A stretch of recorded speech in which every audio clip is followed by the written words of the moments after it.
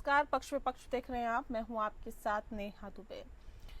बात करेंगे उत्तराखंड की। उत्तराखंड में राज्य के गठन हुए 25 साल लगभग हो गए हैं और आज भी पलायन का मुद्दा एक बड़ा मुद्दा बना हुआ है, जिसका समाधान अब तक स्पष्ट रूप से नजर नहीं आ रहा है। 2011 की जनगणना के आंकड़े बताते हैं कि पलायन के चलते उत्तराखंड के अलग अलग जिलों में तकरीबन 2.5 लाख से ज्यादा घरों में ताले लटके हुए हैं।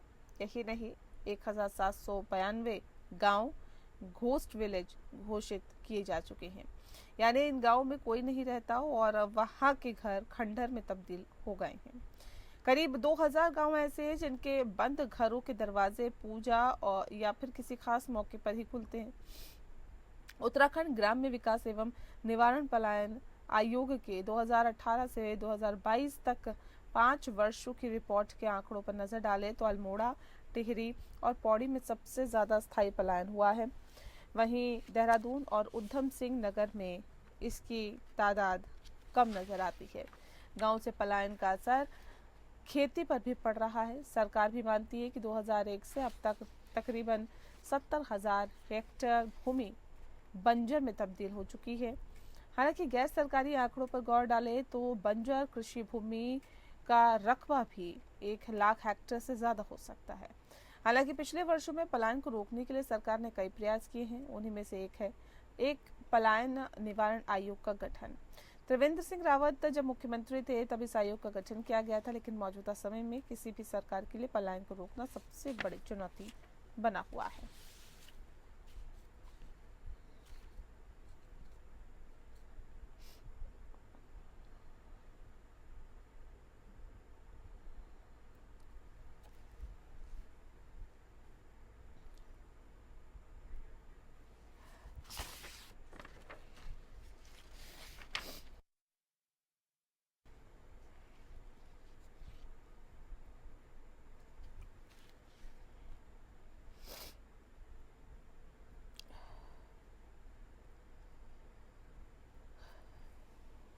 और चलिए इस विषय पे तफसील से चर्चा करेंगे। खास मेहमान हमारे साथ मौजूद है, उनसे आपका परिचय करा देते हैं। इस वक्त हमारे साथ प्रभा भूखंडी जी हैं, प्रवक्ता हैं भारतीय जनता पार्टी की। बहुत स्वागत है प्रभा जी आपका। हमारे साथ विकास जी जुड़ गए हैं जो कि प्रवक्ता है कांग्रेस पार्टी के। विकास जी आपका बहुत बहुत स्वागत है। और इस वक्त हमारे साथ CM भंडारी जी जुड़ गए हैं जो कि XIRS है, सोशलिस्ट एक्टिविस्ट है और साथ ही साथ आपको बता दें कि international health wellness expert, social and environment protection activist भी है। बहुत बहुत स्वागत है सर आपका। इस खास कार्यक्रम की शुरुआत CM भंडारी जी आपके साथ ही करते हैं। देखिए सर, उत्तराखंड क्योंकि एक पहाड़ी राज्य है, लगभग पहाड़ ज्यादा है उत्तराखंड में, और पलायन की जो समस्या है एक नासूर बनी हुई है। न सिर्फ आज से बल्कि कई वर्षों से हम देख रहे हैं। उत्तराखंड को उत्तराखंड बने यानी कि एक अलग राज्य बने तकरीबन 25 साल का एक लंबा वक्त बीत गया, लेकिन आज भी ये जो समस्या है जिसकी तस बनी हुई है। क्या वजह इसके पीछे मानते हैं सर आप?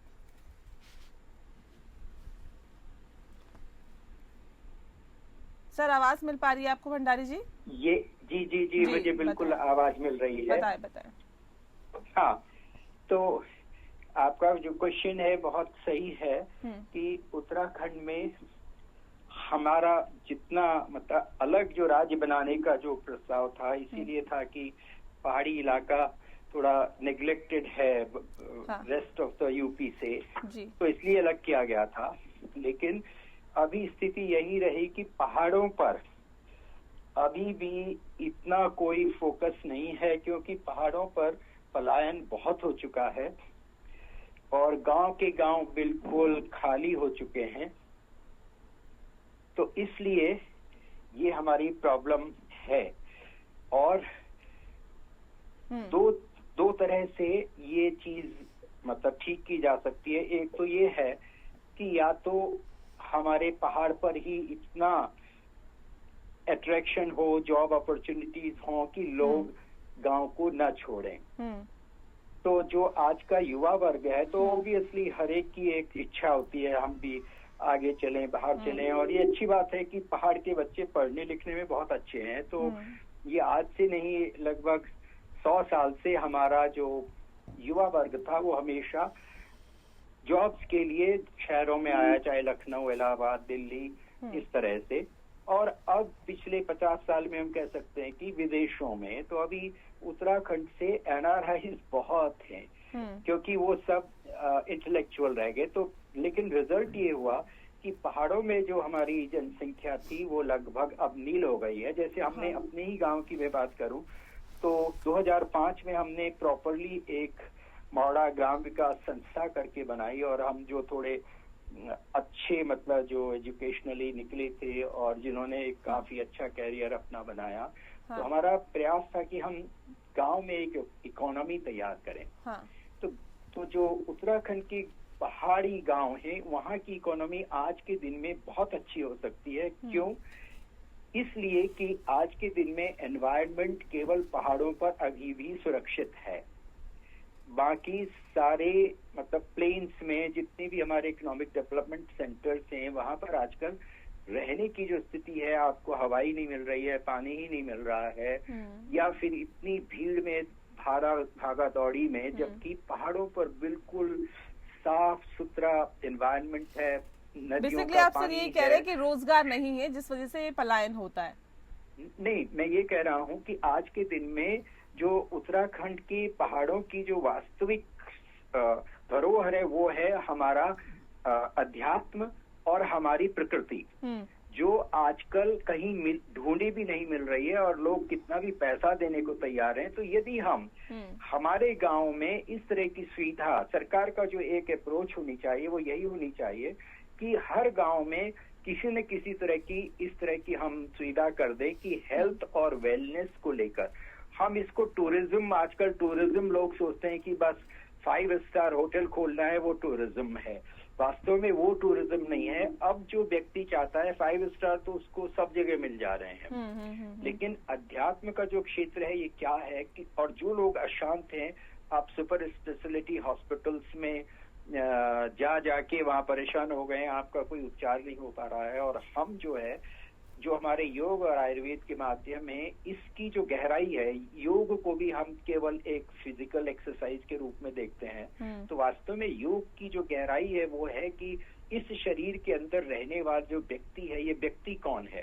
हम केवल शरीर की सोच रहे हैं, अब कभी ये नहीं देखते कि जो पंचकोश कहा गया कि ये प्राणमय कोश क्या होता है, मनोमय कोश क्या होता है। बिल्कुल, जो उत्तराखंड की धरोहर है, संस्कृति है, जो सभ्यता है, जो वहाँ की चीजें हैं, उनको संभालने के लिए, उसी को आगे बढ़ाने के लिए कार्य करना चाहिए। ठीक है, इन चीजों को यदि हम सेंटर में रख के इनको प्रमोट करेंगे तो गाँवों में भीड़ लगी रहेगी, और गाँव में अपने अभी जो रोजगार हैं वो बनेंगे। जो लोग घर छोड़ के चले गए हैं वो भाग के आएंगे कि नहीं यार वहाँ तो काफी अच्छा अब है करके। ठीक है सर, मैं लौटती हूँ सर, मैं लौटती हूँ। प्रभा जी भी हमारे साथ है, विकास जी भी है। प्रभा जी, मैं आपका रुख कर लेती हूँ। देखिए, सरकार कोशिशें लगातार कर रही है, लेकिन क्या कोशिशें उस स्तर पर हो रही है कि पलायन को रोका जा सके? क्योंकि पलायन तो रुक नहीं रहा।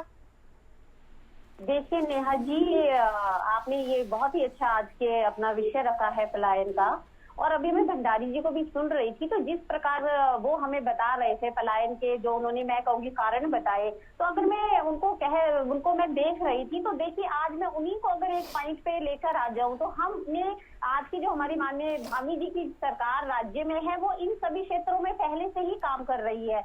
अगर आज हम जैसे हमने अभी बात करी कि जो हमारा उत्तराखंड का युवा है वो बहुत पढ़ा लिखा रहा है, वो आज की बात नहीं है, जब उत्तराखंड नहीं भी बना था उससे पहले की मैं आपको बात बता दूं तो पलायन कोई 25 वर्षों में ही नहीं हुआ है, उससे पहले यहाँ काफी पलायन हो चुका था। तो आज जिस प्रकार हमारा जो मकसद है राज्य सरकार का कि हम वापस जो हमारे उत्तराखंड के लोग हैं उनको वापस लेकर आए, तो उसके लिए हमारी सरकार बहुत यहाँ पर योजनाएं चला रही है, और जो आज धरातल पर मैं बताऊंगी नेहा जी काम कर रही है।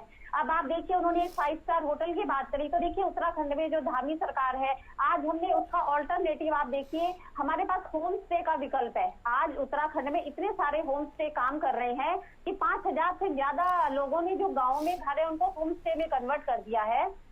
और अब जितने भी टूरिस्ट बाहर से आते हैं वहाँ पे कोई भी होटल्स में ठहरना पसंद नहीं करता है, तो वो होम स्टे में जाता है। और मैंने बताया इतने वहाँ पे होम स्टे बहुत अच्छे चल रहे हैं और लोग जो बाहर से आ रहे हैं उनको बहुत पसंद कर रहे हैं। दूसरा नेहा जी मैं बताऊंगी कि समय समय पर अभी पिछले साल ही हमारी धामी सरकार मैं कहूँगी जो राज्य में है वो पलायन को रोकने के मकसद से ही हमने राष्ट्रीय प्रवासी सम्मेलन का आयोजन किया, अंतर्राष्ट्रीय प्रवासी आदिवासी सम्मेलन का आयोजन किया, जिसमें सरकार को बहुत ही अच्छा रिस्पांस मिला है। और वो उन सब ने वहाँ के एक एक गांव भी गोद ले लिए गए हैं कि जो हमारे सीमावर्ती क्षेत्र है, अगर कहीं पे वहाँ पे डेवलपमेंट देखिए रुका है तो उसको हम करेंगे, तो वो बहुत ही अपनी गांव के प्रति मैं कहूँगी आकर्षित है, अपने जड़ों से जुड़ना चाहते हैं। दूसरा देखिए, अगर हम रोजगार के मुद्दे पर आ जाएं, ठीक है, जो पढ़ा लिखा वर्ग था मैं मानती हूँ कि वो बाहर चले गए, लेकिन आज जो सबसे बड़ी चीज है सरकारी, हमने जो स्वरोजगार का एक बहुत बड़ा मैं कहूंगी जो माध्यम हमारे उत्तराखंड में है, उसको लाने के लिए राज्य सरकार आज देखिए कितनी योजनाएं राज्य में चल रही है। अब ये हमारे युवाओं के ऊपर है। आज मैं आपको बताना चाहूंगी कि कितनी एमएसएमई यहाँ चल रहे हैं। 80,000 से ज्यादा एमएसएमई यहाँ पर छोटे छोटे से उद्योग कार्य कर रहे हैं, जिनके लिए राज्य सरकार सब्सिडी दे रही है। 40,000 से मैं कहूंगी 80,000 तक की सब्सिडी उनको दी जा रही है।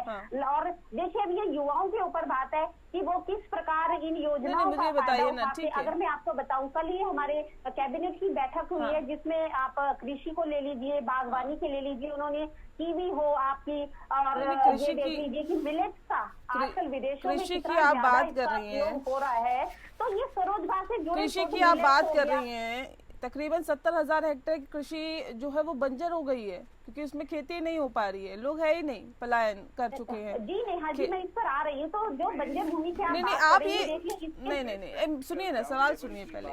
आप ये जो तमाम योजनाओं की बात कर रही हैं, किसके लिए चलाई जा रही है? यहाँ से लोग रुक ही नहीं रहे हैं, ये कहाँ लोगों को इसका फायदा मिल रहा है? और उसके बाद कितना आपको फायदा मिला, ये मुझे बताइए ना। लोगों को कहाँ इसका फायदा मिला, कैसे वहाँ पे लोग रुके? वहां से पलायन करने को मजबूर है, कई गांव खाली पड़े हुए हैं, घरों में ताले लटके हुए हैं। अब सवाल इस बात, आपको पहले ही आपको कहा था कि देखिए जहाँ पर पलायन ज्यादा हो गया, ठीक है कुछ गांव हैं, लेकिन अब लोग उत्तराखंड का रुख कर रहे हैं। जी, जब कोरोना काल आया था, हम लोगों ने देखा था वो लोग वापिस आ गए थे। जब वो तो मजबूरी थी ना मैम, वगैरह उनको जॉब नहीं मिली, वो मजबूरी थी। रोजगार के लिए नहीं, देखिए योजनाएं लाना सरकार उनको दे रही है। जी विकास जी आ रही हूँ, देख लीजिए, मैं आ रही हूँ। भंडारी जी एक सेकेंड, ठीक है। विकास जी देखिए, सरकार तो इतना कोशिशें कर रही है, आपकी भी सरकार रही है, यहाँ तो 5 साल बनाम 5 साल का खेल रहा है। ऐसा तो है नहीं कि एक मुश्त किसी की सरकार चली है या एक ही टाइम पे किसी की सरकार लगातार बनती रही। यही एक मुझे लगता है सेकंड टेन्योर है, बाकी तो 5 साल बनाम 5 साल रहा। आप लोगों ने भी क्या किया सर? सवाल तो आप लोगों पे भी उठेंगे। देखिए, हमारा कहने का मतलब ये है कि देखो, उत्तराखंड लोगों ने, जो हमारे लोगों ने यहाँ मांगा था, उन्होंने बोला छोटा राज्य होगा और विकास अधिक होगा। पहाड़ों के विकास के लिए मांगा था, लोगों के विकास की उन्नति के लिए मांगा था। इसलिए नहीं मांगा था कि हमारे लोग यहाँ से जाके दिल्ली काम करेंगे, अन्य प्रदेशों में जाके काम करेंगे।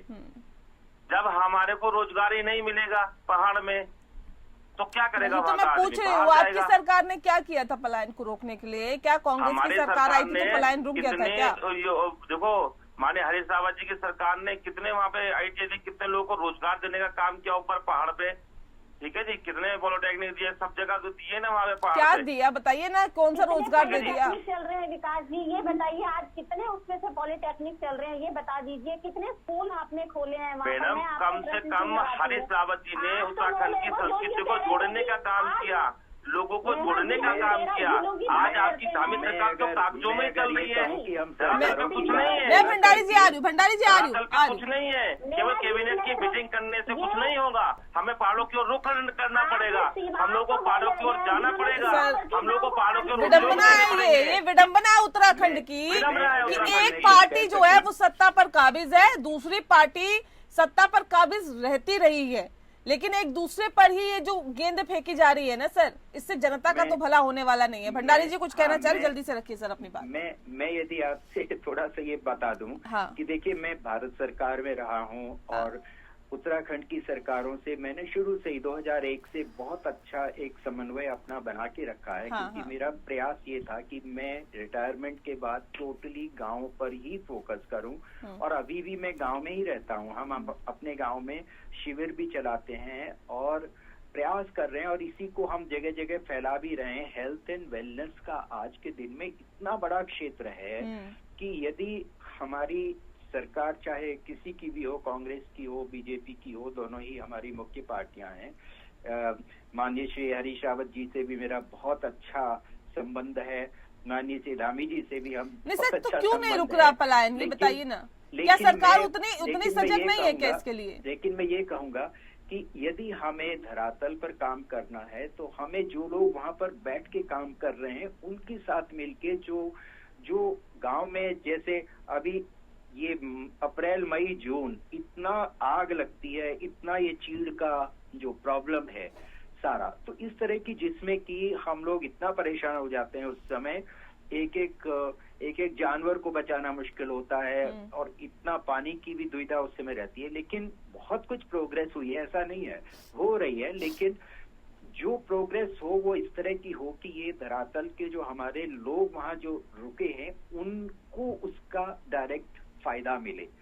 फायदा अगर बाहर वाला आके कोई रिजॉर्ट बना रहा है, होम स्टे आपने कहा, जरूर होम स्टे अब काफी बड़े हैं, लेकिन उनको डायरेक्टली सरकार की तरफ से अगर हम एक इस तरह की एक मैकेनिज्म बना दे कि हर से ब्लॉक लेवल पर नहीं तो तहसील लेवल पर तो कम से कम वहां पर काफी एक सेंटर खुल जाए हर तहसील में, जिनके माध्यम से जैसे भी सरकार की कोशिशें इस ओर है क्या सर, ये बताइए ना मुझे, या फिर कोशिशों में कमी है?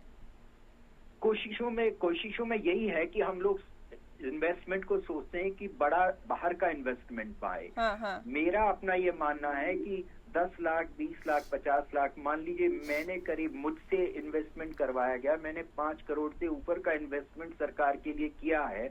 मुझे यहाँ पर ये कहते अच्छा नहीं लगता कि आज भी मुझे किसी भी तरह की एक पैसे की सब्सिडी नहीं दी गई, जबकि MOU किया गया था मेरे साथ और मैं हेल्थ एंड वेलनेस में काफी बड़ा काम करता हूँ। ठीक है प्रभा जी देखिए ये कह रहे हैं कि उस हिसाब से सपोर्ट नहीं मिलता है सरकार का जो मिलना चाहिए, जो लोग वहाँ पे इन्वेस्टमेंट कर रहे हैं कि सरकार ये कर रही वो कर रही, लेकिन मैं तो भुक्तभोगी हूँ। मेरा 5 करोड़ का अपना इन्वेस्टमेंट है और मेरी जो सब्सिडी है अभी तक भी मैं मतलब मेरे लेवल का अफसर, भारत सरकार का सचिव लेवल का अफसर भी मतलब चक्कर काटते ठीक है सुनते हैं सर।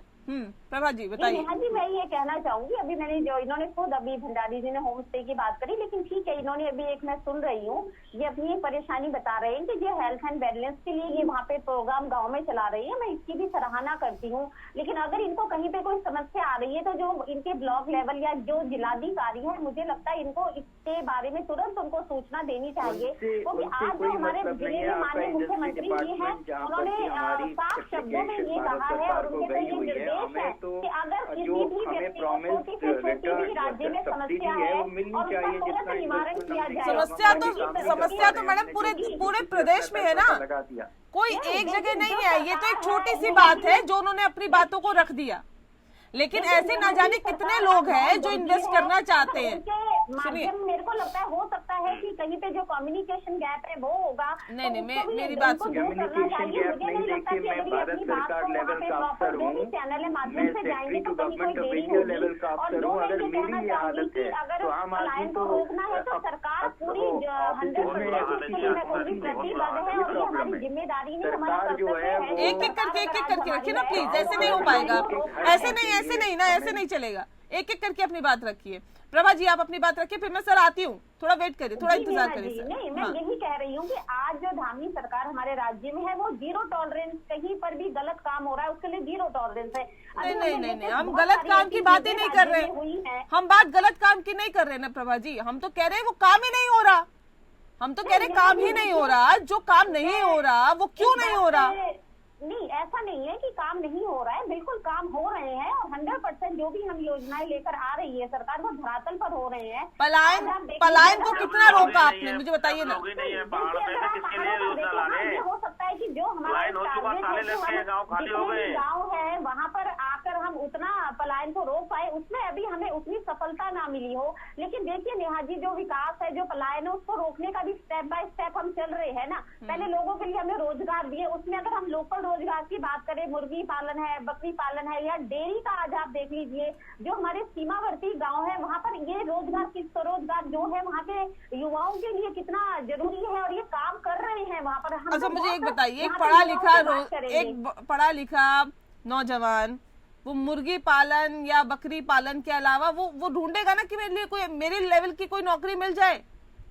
नहीं देखिए नेहा जी, प्रधानमंत्री पकौड़ा योजना, पकौड़ा तलेंगे सब पढ़े लिखे। की बात कर रहे हैं तो धामी सरकार ने पूरे जो कांग्रेस का 5 साल का टेन्योर भी रहा, उन्होंने अपने इसी 3 साल के टेन्योर में 20,000 से ज्यादा नौकरियां सरकारी दी हैं, और वो तो उसका कारण है सख्त नकल विरोधी कानून जो हम लेकर आए हैं।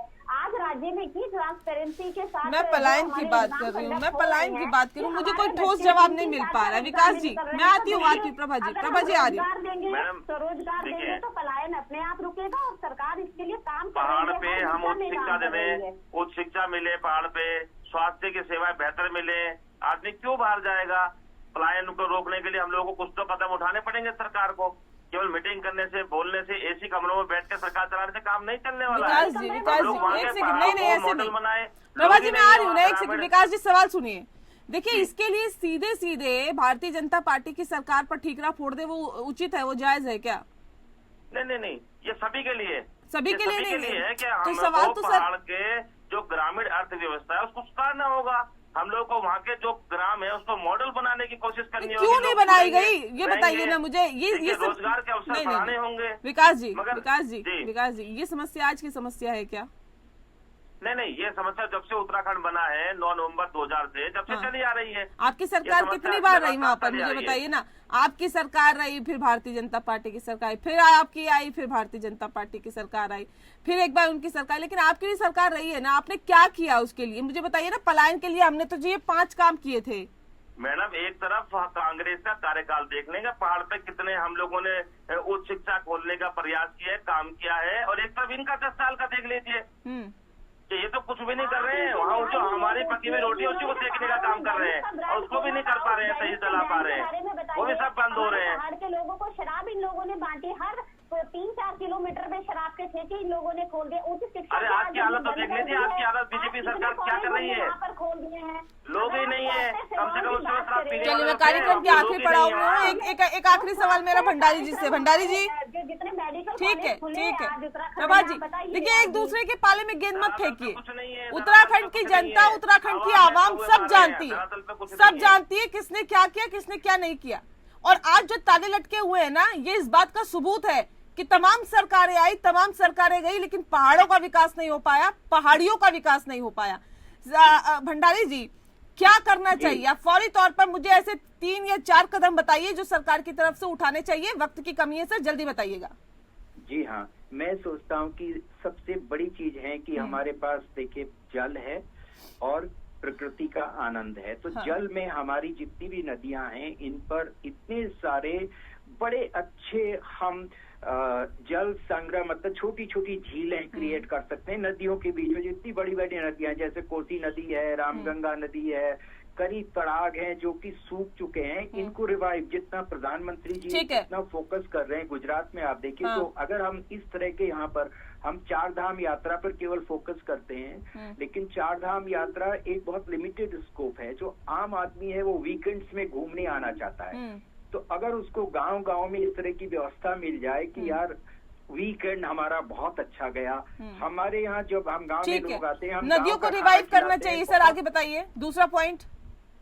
तो ये हमारा एक हो गया हेल्थ एंड वेलनेस, मैंने पहले ही कह दिया है। ये बहुत बड़ा क्षेत्र है, हमें बहुत बड़े स्कूल खोलने की जरूरत नहीं है, हाई क्लास स्कूल खोलने की जरूरत है, हमें एम्प्लॉयमेंट। तो हेल्थ एंड वेलनेस के जो थेरेपिस्ट की ट्रेनिंग है हाई स्कूल इंटरमीडिएट के बच्चों को बहुत आसानी से 3 से 6 महीने में इतने अच्छे थेरेपी के कोर्सेज दिए जा सकते हैं। प्रभा जी अगर हमारी मतलब मैं किसी पॉलिटिशियन के पास जाता नहीं हूँ क्योंकि मैं किसी के आगे हाथ नहीं फैलाता हूँ, तो इसलिए यदि माननीय नामी जी चाहेंगे, हमारे श्री अजय भट्ट जी हैं यहाँ हमारे नैनीताल के MP हैं, तो इन सब से मेरे बहुत अच्छे संबंध हैं, संपर्क हैं। लेकिन मैं जो निराश हुआ वो इसी बात पे हुआ कि मुझे इतना मतलब शुरू में तो कहा गया आप चलाइए, और हमने अपने सारे रिटायरमेंट बेनिफिट्स और जो कोई भी हमारे परिवार मेरे ब्रदर्स जो ओवरसीज हैं उनसे हमने सारा कलेक्शन करके हमने इतना बड़ा ठीक है जाहिर तौर पे इस और कदम उठाने की जरूरत है और कोशिशें सरकार की तरफ से की जा रही है। हालांकि इन कोशिशों को और जोर देने की इन पे जरूरत है। बहुत शुक्रिया आप सभी मेहमानों का हमारे साथ इस खास चर्चा में शामिल होने के लिए। पक्ष में फिलहाल के लिए इतना ही। नमस्कार।